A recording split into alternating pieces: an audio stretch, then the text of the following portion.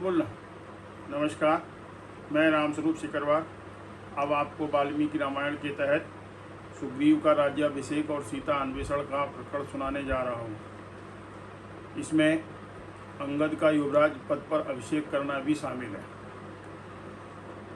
बाली के वध के बाद हनुमान जी ने श्री राम जी से कहा कि यदि आपकी आज्ञा हो तो किष्किंधा का राज्य बाप दादों के समय से चला आ रहा महाराज सुग्रीव को दिया जाए। आप किष्किंधा नगरी चल के महाराज सुग्रीव का अभिषेक करने की कृपा करें। रामचंद्र जी ने ये कहा कि मैं 14 वर्ष तक किसी भी नगर या ग्राम में नहीं जाऊंगा, मैं यहीं रहूंगा। इसलिए आप अपने सुहृदों, रिश्तेदारों, मंत्रियों इत्यादि को लेके जाइए और साथ में लक्ष्मण जी को लेके जाइए। लक्ष्मण जी की मौजूदगी में उनका राज्याभिषेक कराइए। हनुमान जी भगवान श्री राम के दिए गए आदेश के अनुसार किष्किंधा नगरी में स्वयं महाराज सुग्रीव, अंगद, मंत्री नल, तार, नील, जामवंत जी इत्यादि को लेकर गए और लक्ष्मण जी ने वहाँ के बड़े बुजुर्गों, वृद्धजनों, गुरुजनों, ब्राह्मणों की मौजूदगी में सुग्रीव का राज्याभिषेक किया। सुग्रीव का राज्याभिषेक करने के बाद जैसा कि भगवान राम ने आदेशित किया था कि युवराज का पद अंगद को दिया जाए और युवराज को अंगद को युवराज पद पर अभिषिक्त किया गया।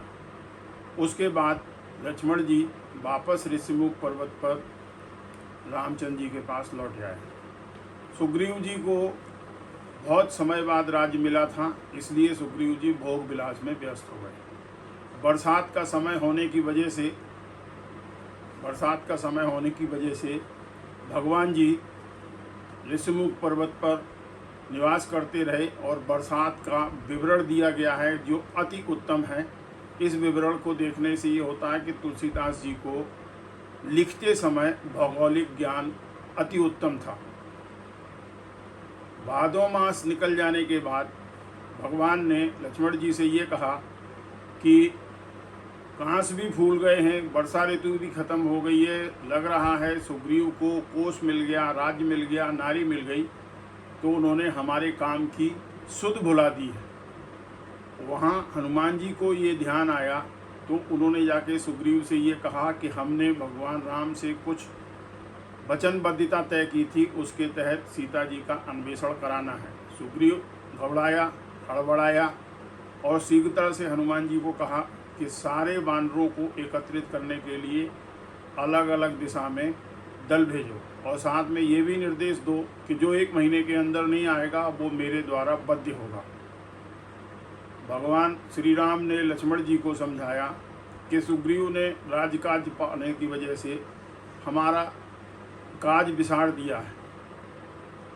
आप किष्किंधा नगरी में जाइए, सुग्रीव को ये समझाइए कि भगवान राम का काम आपको करना है, सीता का अन्वेषण करना है, जिसके लिए मैत्री की गई थी।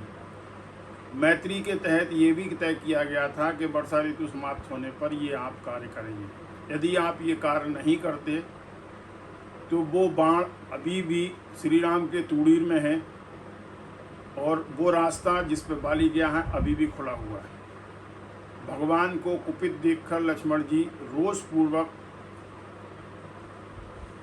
किष्किंधा नगरी में गए और वहाँ दरवाजे पर धनुष की टंकार की। धनुष की टंकार सुन के मंत्री वगैरह सशंकित हुए, उनके जितने भी बानर थे उधर उधर भागने लगे।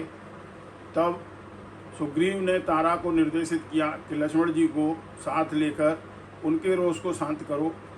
तारा ने लक्ष्मण जी से कहा कि बानर स्वभाव है, बहुत दिनों बाद राज्य मिला है, कोष मिला है, इसलिए सुग्रीव जी व्यस्त हो गए, लेकिन वो आपके कार्य से अनभिज्ञ नहीं हैं, आपके कार्य को भूले नहीं हैं।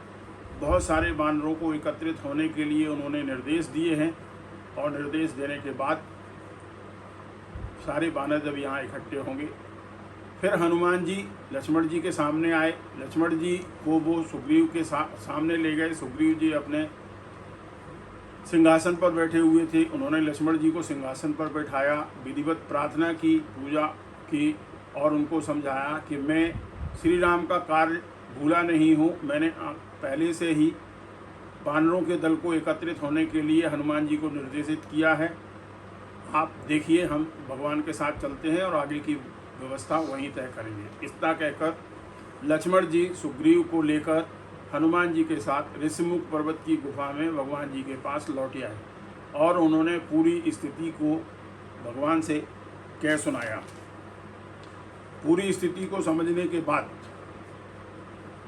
भगवान जी ने ये कहा कि हमें शीघ्रता करनी चाहिए। जैसा तय हुआ था, मित्रता में ये होता है कि दोनों मित्र एक दूसरे की बात को दिल से माने, मन से माने और करने के लिए तत्पर रहें।